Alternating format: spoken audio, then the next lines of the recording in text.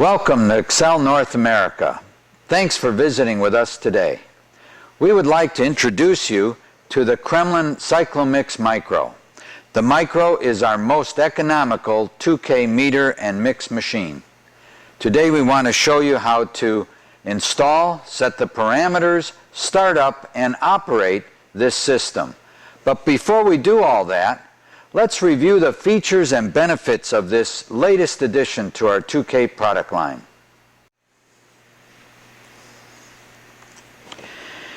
The CYCLOMIX Micro is small, compact, and easily affordable. Precision control with alarm. It will sound an audible alarm when a fault occurs. It has the ability to use up to 3 colors with a single hardener, very flexible with the number of colors. Control cabinet can be mounted so it can be operated from inside or outside the spray booth. It can be used with HVLP, air spray, or air mix spray technologies. This is how you will receive your CYCLOMIX Micro. You can see it is manufactured in 2 pieces, the control panel and the mixing panel. At this time, let us review the specifications of the Micro. It has 1 to 3 colors depending on the version selected, and mixing ratios of 0.6 to 1 to 20 to 1. It has a mixing accuracy of plus or minus 1% and a repeatability of plus or minus 0.5%. with a flow output of 50 to 2,000 cc's a minute. The viscosity range is 30 to 5,000 centipoise. And it has a working data storage for base, catalyst, and VOC, with an RS-232 port for reporting and printing if desirable. All wetted parts are stainless steel, and a material ratio testing is included.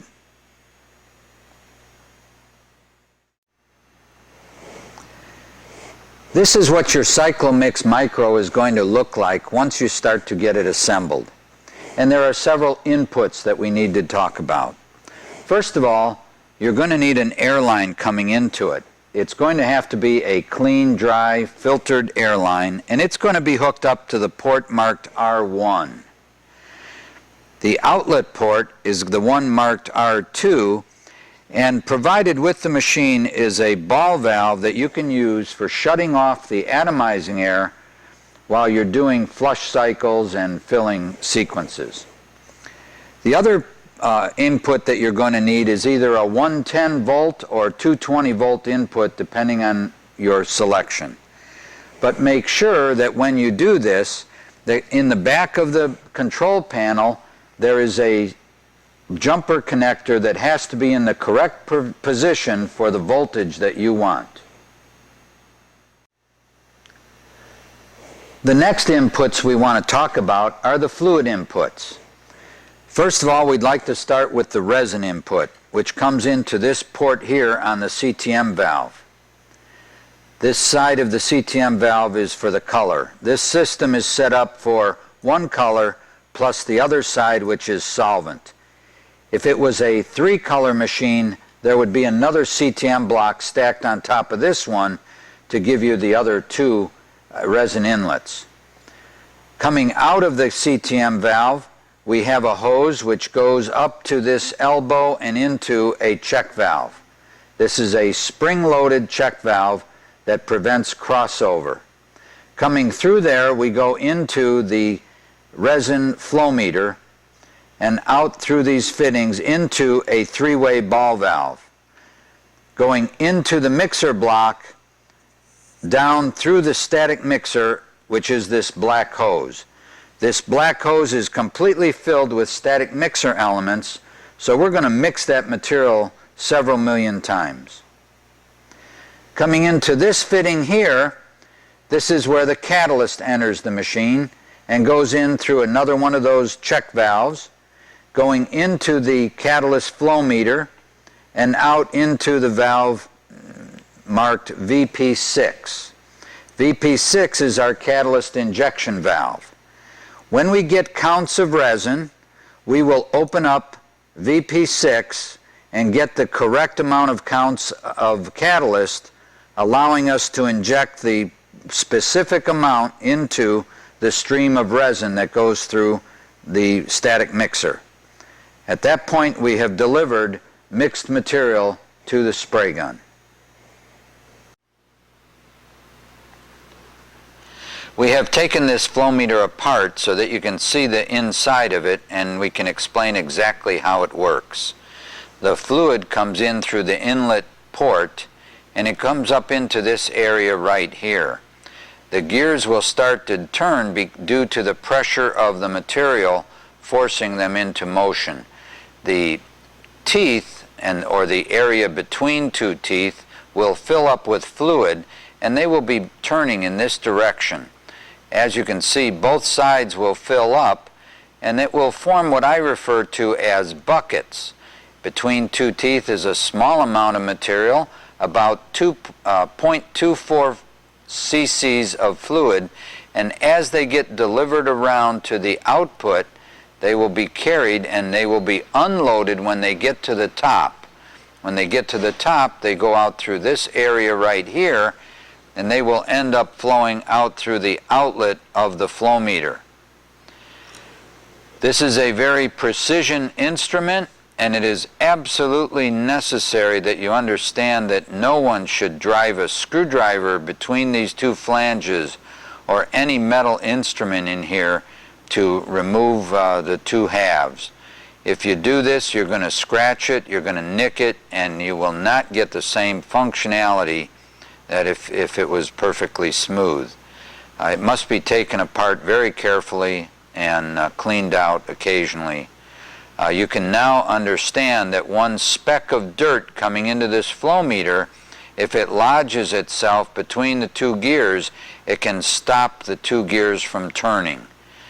This would create a problem, a fault condition in the machine, and of course it would alarm.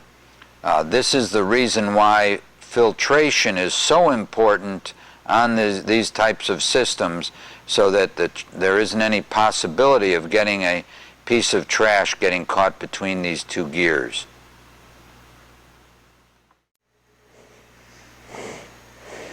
This is the check valve used in the system, and it has an arrow on it to indicate the direction of flow.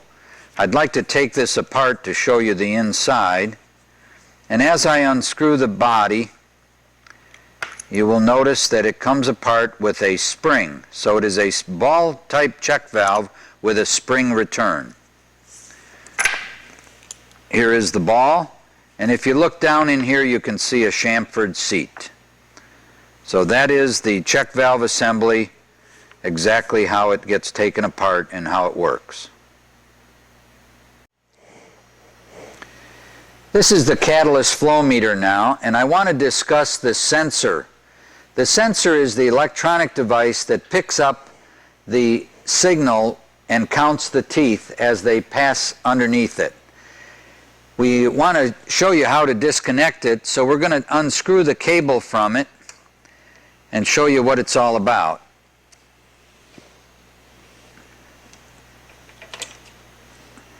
You unscrew the sensor and you can see that it's not very tight.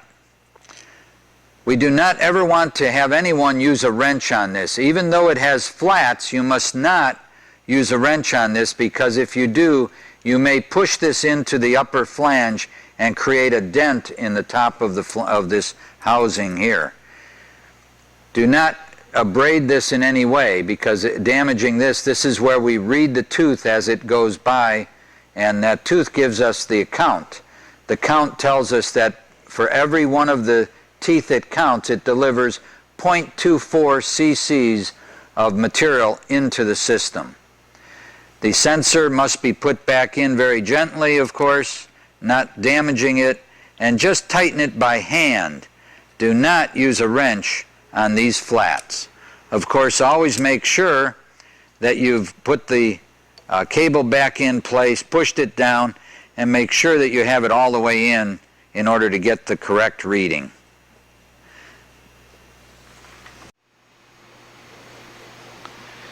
On display we have two pages from the Micro Service Manual, page 16 and page 17. These are the pages where they direct you to install your parameters and also give you the ability to record the parameters that you have put in there. On page 16, it is set up for a system without catalyst flushing. On page 17, it is if you had a machine with catalyst flushing, and it includes an extra parameter for catalyst flushing volume, parameter 1-5. In the third column over, you will notice that it says factory adjustment, and this gives you the column of the preset parameters that they have put in at the factory. This will allow you to start the machine up and flush it out prior to you putting in your adjustments in the next three columns for color 1, 2, and 3. This gives you the ability to add in your parameters and record them for future reference if for some reason you would lose that information. Go up, an arrow down to make the number go down. On the right hand side we have an escape key, and we also have a validation key. So I'm going to try to go to F3. According to my cheat sheet up here, F3 is parameters. So I'm going to arrow up F2 and F3, then I'm going to validate, and now I'm at parameter color 1, parameter 1. The flashing light tells us we're at parameter 1. If I validate again, I will see that we're at 100. 100 is the factory setting for the mix ratio. If we're at 100, that is telling me that we have a 1-to-1 mix ratio. Let's say, for instance, we want to go to a 2-to-1 mix ratio. We would now change this percentage down to 50%, and to do that, we have to hold the magnet, and if we hold it in front of the number, it will kind of move very quickly so that we can go down fast, down to 50. As you get closer, you now wave the magnet in front of it, and it will go a little bit slower. And then one at a time until you get to 50, and then you validate it. If you want to check it, you can go back in and look at it and then validate it again. And now I'm back at the home position, which is parameter 1. Now I'm going to go up by going to parameter 2, and now I will validate it to go to parameter 2.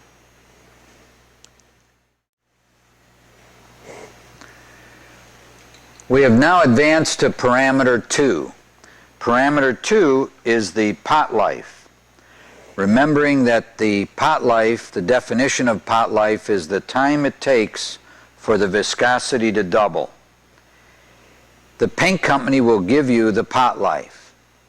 You may want to reduce that a little bit because you might want to make sure that the pot life is the correct amount of time. For instance, if the paint company says 2 hours, you might want to make it 1 hour. So let's validate this, and you can see that the number 100 is displayed. That's in minutes. That's 100 minutes. So I'm going to make it 60 minutes because if I have a 2-hour pot life, I might want to know ahead of time. So I'm going to hold this here until I come down to 60. Whoops, went a little too far. And when I go too far, I just merely need to go back up again until I get it to the desired number, and now I've set it. I validate it, and now I'm back to the home position. The pot life, what will happen if I lay the gun down and let it sit now? Maybe I go to lunch. In 1 hour, the pot life alarm will go off. The red light will appear up here as a fault, and I will sound an audible alarm, notifying the operator that someone has to advance material or flush the system out.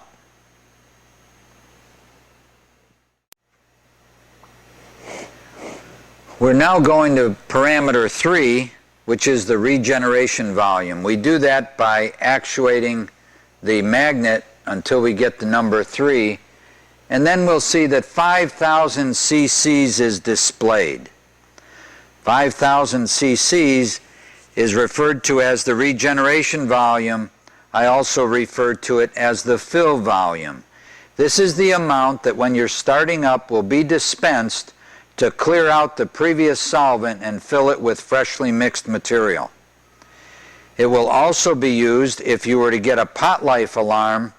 You would have to advance that amount of material through the hoses and empty it out and fill it with freshly mixed material before you would be allowed to go back into production.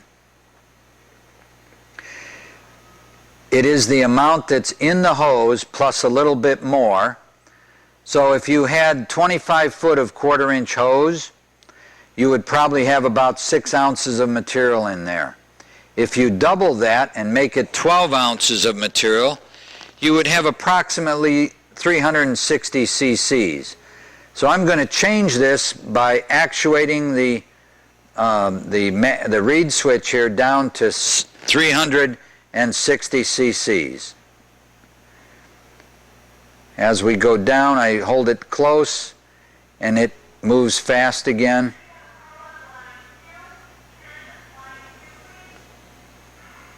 And now I'm at 360. I validate, and now I'm ready to go on to parameter 4.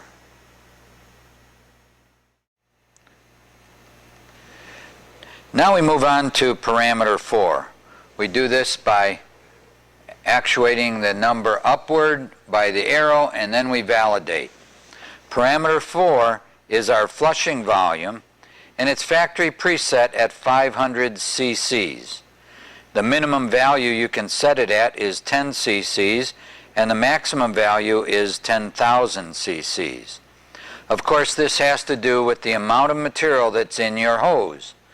Again, if you have a 25-foot hose, you probably have approximately 6 ounces in it. Of course, you also have to include the static mixer and a little bit from the mix manifold. So if we were to double that again, we would actually go again to that 12 ounces, which is 360 cc's. So I'm going to arrow down, take that number down to 360, and that's going to give us a reasonable amount of flushing solvent. Of course, you want to look at it at the end of the duration and make sure that you do have good clean solvent coming out, that you've flushed out the entire area and the hose and the gun. When we're done with that, we merely validate again, and now we're on to parameter number 5.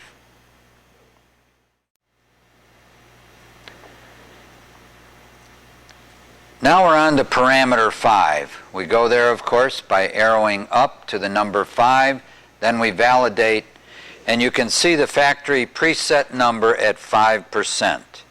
This parameter has a minimum value of 1% and a maximum value of 100%. This is our mixing tolerance, so we generally want to have this between the range of probably a 1% mixing accuracy or a 2 or 3%. So I'm going to set this at 3%. And then I'm going to validate it. So it's got a 3% mixing ratio. That tells us that if we are outside of that limit more than 3 reporting times in a row, it will give us a fault condition. That means the red light will come on, the machine will shut down, and we will have an audible signal. We're now ready to go on to parameter 6.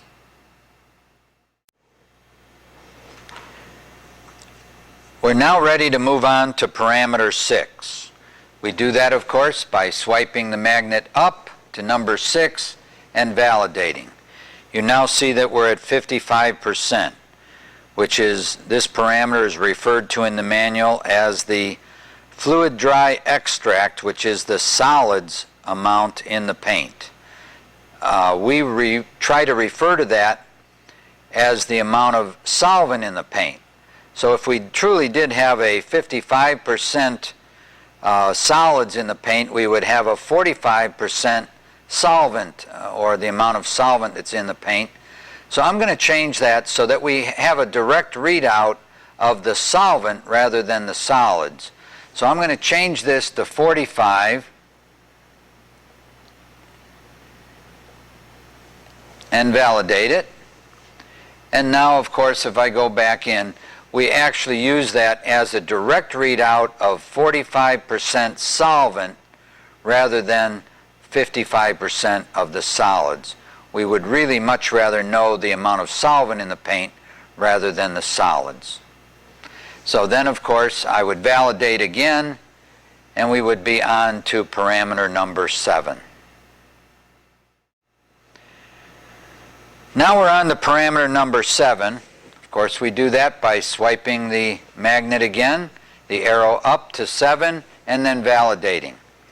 You'll notice that 0.24 comes up, and this happens to be the parameter of volume by tooth of the base flow meter. In other words, for every tooth, we deliver 0.24 cc's of base. That's the bucket that I was talking about in the flow meter.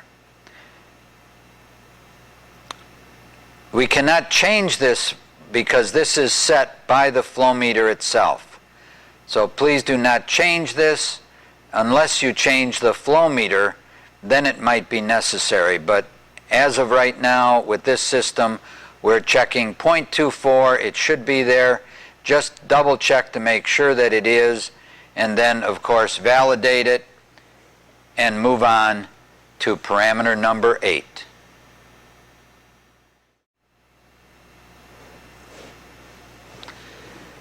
Now we're on to parameter number 8, and of course we validate it again, and 0.24 comes up. This is the same as parameter number 7, only this is the parameter of volume by tooth of the catalyst flow meter.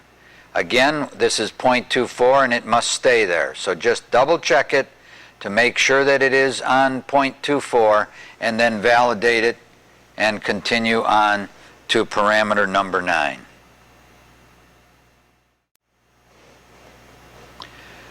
We're now on to parameter number 9. We do that by swiping the arrow up and validating, and now we can see the number 6 on the screen, which stands for 6 seconds. That's the maximum value you can have on this parameter, with 1 second being the minimum. This parameter is the time between the atomizing air opening and the fluid opening before you get a fault or an alarm. Inside the machine we have an air flow switch, and when we trigger the gun, the atomizing air triggers the flow switch. This tells the machine that we must very quickly get some counts from the base flow meter, and if we don't get those counts within 6 seconds, the machine will go into a fault. You will get a base flow meter fault and the alarm will go off. This will alarm the operator to the fact that something is wrong.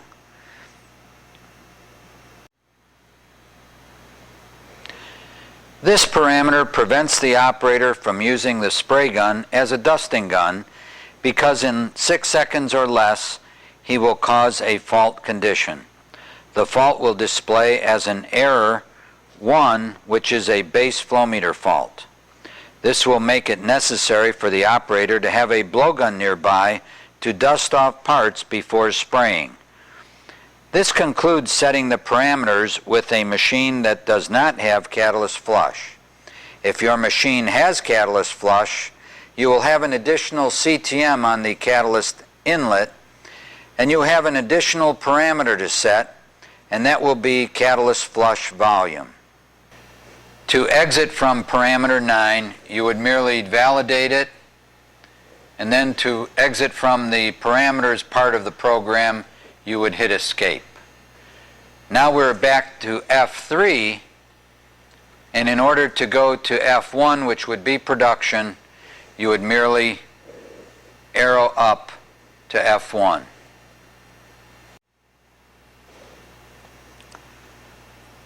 We've now come back to F1, color 1, and we have the yellow and green light on, so it is waiting for a command. We want to go to color 2, so at this point we're going to swipe escape. Now what appears is F1, A flashing 1. But we want to go to color 2, so we're going to arrow up to color 2 or color 3, depending on which one you want to go to. I'm going to select to go to color 2, and then I'm going to validate it. Now we are in F1, color 2. But now I want to set my parameters for color 2. I'm going to go to F3 to set the parameters, and then I'm going to validate it. Now you can see that the parameter number 1 for color 2 is in the window. Of course, what do? I validate it again, and the first parameter comes up to be changed. Now you can set all the parameters independently from the other two colors. You would then go to color 3 and set the parameters again, just like we did for color 1. Now I would like to go to the consumption section of the program. It's displayed here on our cheat sheet. F4A is resin. If this is a 3-color machine, it would be F4A1, A2, and A3. F4B is catalyst. F4S is solvent. F4COV is VOC, volatile organic compounds, how much solvent is in the paint. F4CLR stands for clear. This is where you would zero all the information that you have collected in the totals. F4PRN stands for print. That's where you would go if you were going to be printing to a computer and of course then a printer. Let's arrow up to the F4 consumption display. By waving the magnet in front, we bring it up to F4. By validating, we now find ourselves at F4A1, which is the resin for color 1. If we want to look at how much of that has been dispensed, we merely validate it one more time, and it is telling us that 538 cc's of resin for color 1 has been dispensed. To go back, we would hit escape, and now we're at F4A1. We would then arrow up to A2 and do the same thing. A3, we would have to validate to see what we've dispensed. And then the next one is F4, and it looks like a 6. It really isn't. It is a B, and B is the catalyst. So if I validate this one, I will show that I have dispensed 264 cc's of catalyst. I will then escape and go back to B. Now I will arrow up, and I look at what I look at looks like a number 5. It's really the letter S standing for solvent. If I validate that, I will see that I have dispensed 199 cc's of solvent. I escape, and I go back to F4 solvent. I arrow up to COV. This is the French word for VOC, volatile organic compounds. And if I display that, validate it, I can see now that I have dispensed 295 cc's of volatile organic compounds or solvent. If I escape from there, I go back to that screen. I now go up one more time, and now I see the letters CLR. That stands for clear.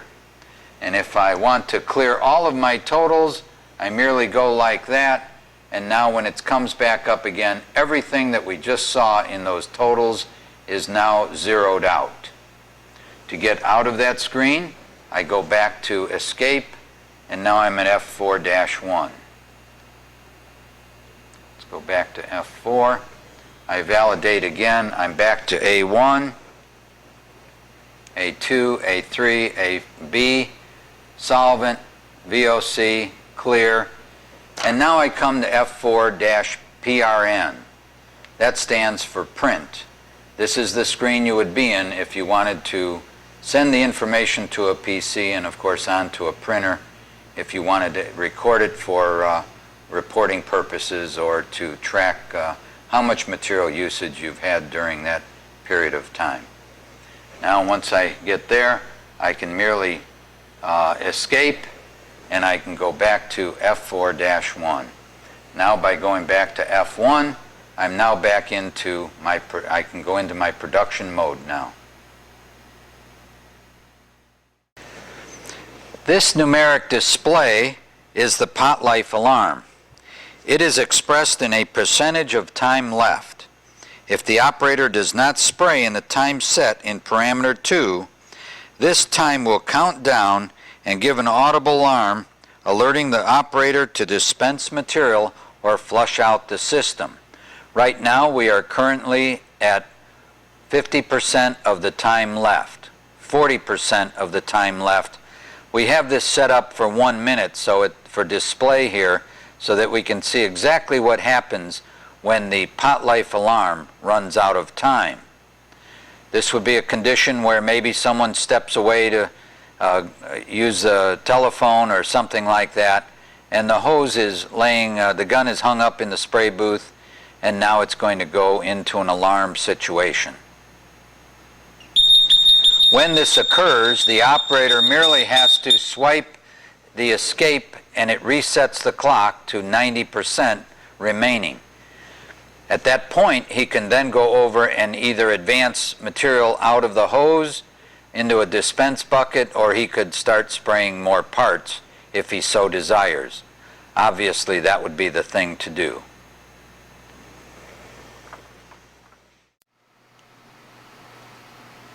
Now we want to go through our fluid inputs for you.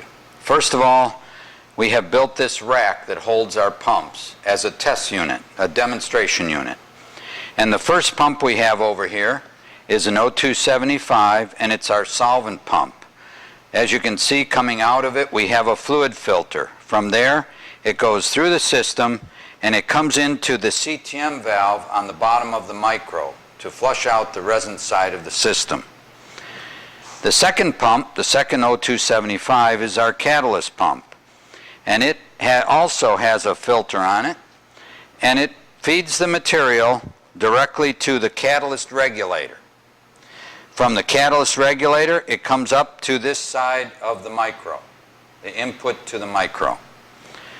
The third 0275 is the resin pump. Coming through its filter, it goes directly to this fluid regulator, and from this fluid regulator, it goes up to the inlet side of the CTM.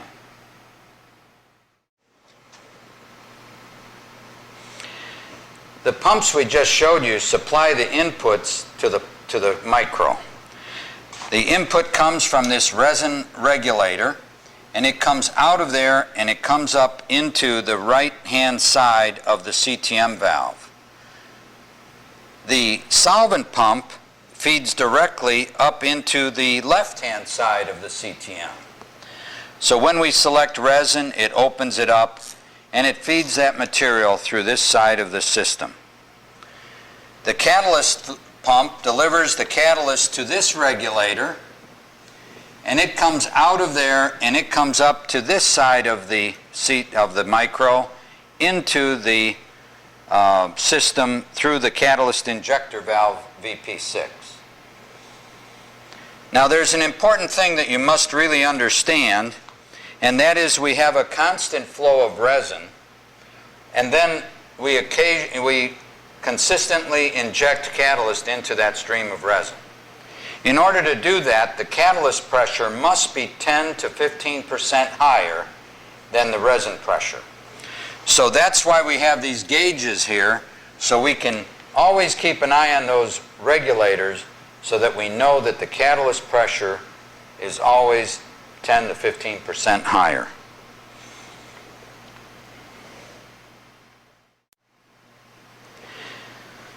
After it gets injected into the stream of resin, it goes through this black hose, which is our static mixer assembly. It is completely filled with static mixer elements. So we mix the material very thoroughly, and we end up coming down to a fluid regulator, which is mounted here on the bottom, and that goes out to the spray gun. So we regulate the input, and then of course we regulate the output to adjust the pressure at the spray gun.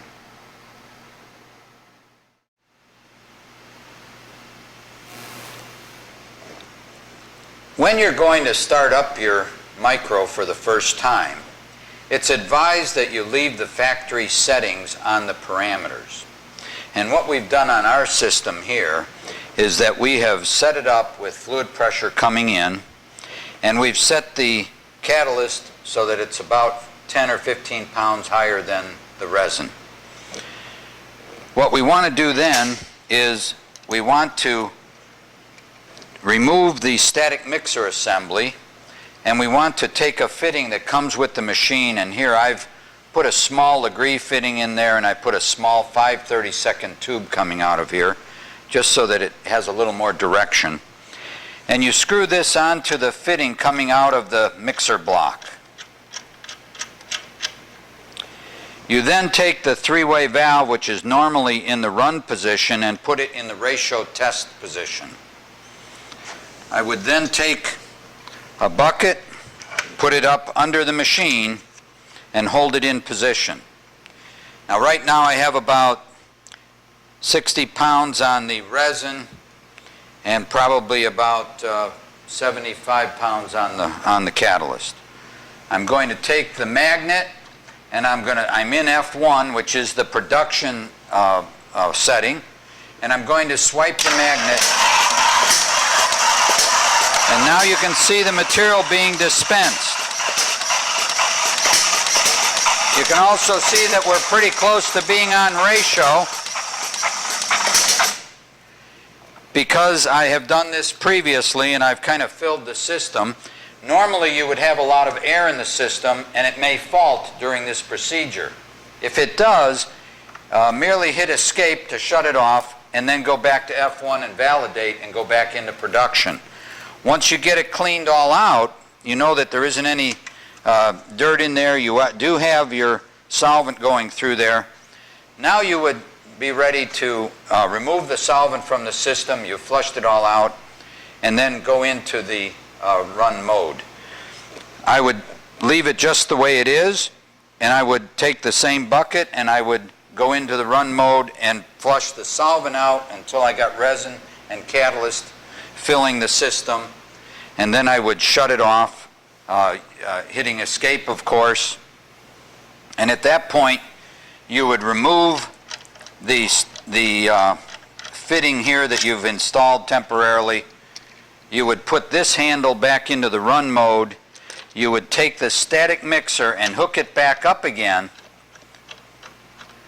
okay, and now you are ready to go into production through the spray gun. Now we haven't cleaned out the spray gun, but you do still have solvent in the system, so as that goes through, it's going to clean out all the way through the hose and through the spray gun. The resin and the catalyst will push that through. That's the way we would like you to start it up, but now you would be at the point where you would want to go in and put in your parameters for your system and your specifications. I wanted to leave this set up for a minute because I wanted to show you how to do a ratio test. If you wanted to perform a manual ratio test, you could put this fitting back in, remove the static mixer, and of course move the three-way valve to the ratio test position. If you then go to to validate, you will run and you will dispense into these containers for a little while. And of course on this machine here we are at 1:1, so we can look at the two containers and tell that we are definitely at 1:1.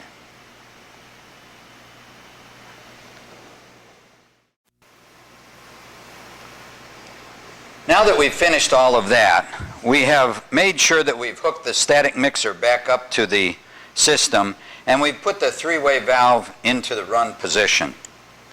Of course, at this point in time, we want to go into production. So we have gone to F1, which is the production mode, and now we're going to swipe the validate, and you can see that we're now counting down and our fill volume is being dispensed. The parameter fill volume will be dispensed to push the solvent out of the hose and bring in good, clean, mixed material. The countdown is counting down. We're 20% of the fill volume, 10% of the fill volume, and now we're at 0, so it's going to stop the circular motion, and now we've gone into production. It is now displaying 100%, which is 1:1 mix ratio, and it may hover slightly around that depending on the delivery, and you'll also notice that VP6 is now opening and closing, injecting catalyst as the resin stream goes through. Once you've got enough material out of there, you can stop at the end of that audible tone that you heard, and now you're ready to go into production. Now it is the time to flush the system out. This could happen either maybe at lunchtime or when you're ready to go home at the end of the day. You've been spraying all day long, and now what you would do is merely go to the machine and hit escape. This brings you back to F1, but we want to go to F2, which is the menu for flushing. We go to F2, and now we merely validate. We validate a second time. Now the alarm is on, and of course as I dump into the bucket, you'll see we've got it set for only 3 ounces of material for illustration. In your case, you may have it set for 10 or 20 ounces of fluid, depending on the length of the hose and the amount in the system. Now that you've flushed the system out, you're merely ready to go home. All you have to do is shut the machine off, wash the gun off, and you're ready. Okay, what I've got on display here is an Excel CycloMix Micro daily startup and shutdown procedure list that can be posted on the spray booth wall. I merely want to show you how easy it is to start up this machine and to shut it down, as opposed to maybe hot potting or some of the other methods that the people might be using. It shows you one of the many advantages of the CycloMix Micro. When the operator in the morning, he merely turns on the AC power. He would turn on the valve here that would turn on the compressed air input. He would magnet enter, of course, and now all he does is pull the trigger while the fill volume is pushing material out, the solvent that is in there from the night before. The countdown takes place. When it gets to 0, it's going to go right into production.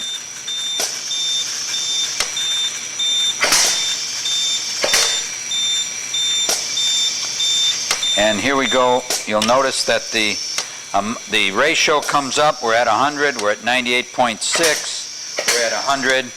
And now it will hover in around 100 to complete the cycle. The operator is now filled the system, and it's ready to go into production.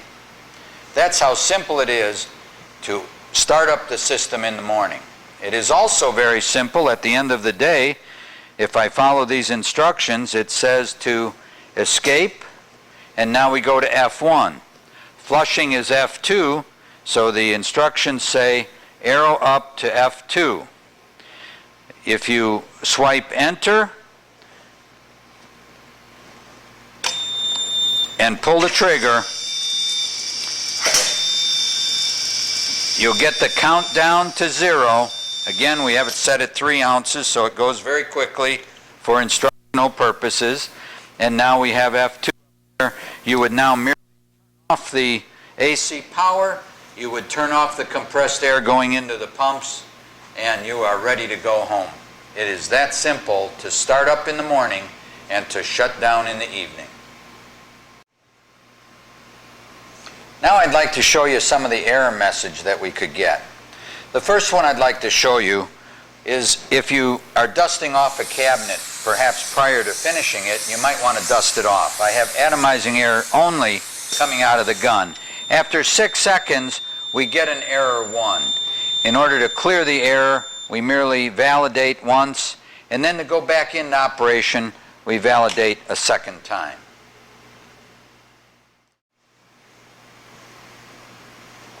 Another error message you might get is while you're in operation, I'm going to shut off a valve here that's going to shut off the resin flow to the system. So I'm going to merely pull the trigger here, and while we're spraying, I'm going to shut off the resin flow. Of course, the air pressure would still be on, and now I'm going to get a fault, that error 1 fault. That means that we're not getting any counts from the resin flow meter because we've somehow run out of material or we have shut off the flow through the system. Perhaps a filter's plugged or something like that. Again, you'd merely validate it and validate it again to go back into operation.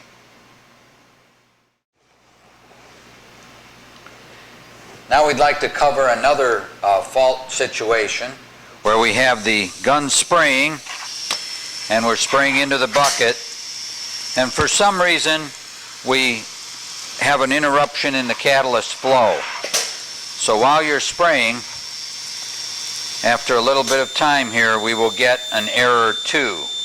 That error 2 is telling you, if you look at the sheet, it is telling you that the catalyst flow meter is blocked.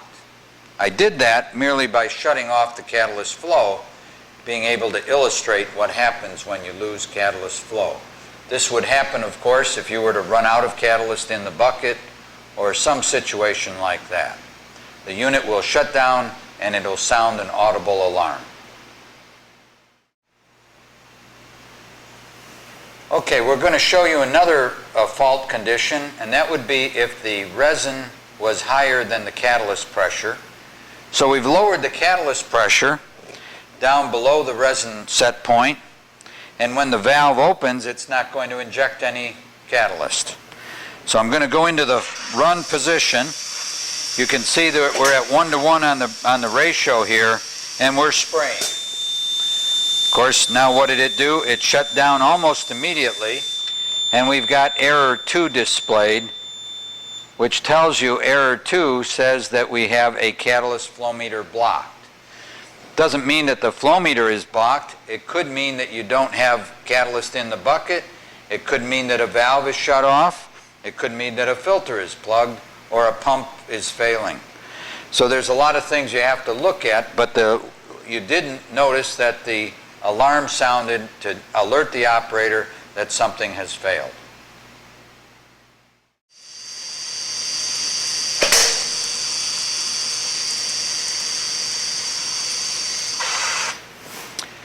When a problem occurs, you're probably asking yourself, what do I do first? And of course, in my logical troubleshooting procedure, I always stress the fact that you start at the inputs. And the inputs in this case is, of course, do we have electrical power coming to the panel? Is the switch on and functional? Is there compressed air coming to the machine? And is it 65 psi or above? It has to be clean, dry, compressed air. Valves on the machine require 65 psi or above to actuate. Is the paint container, the solvent, and the catalyst container, are they full of liquid? Are the pumps on and are they working?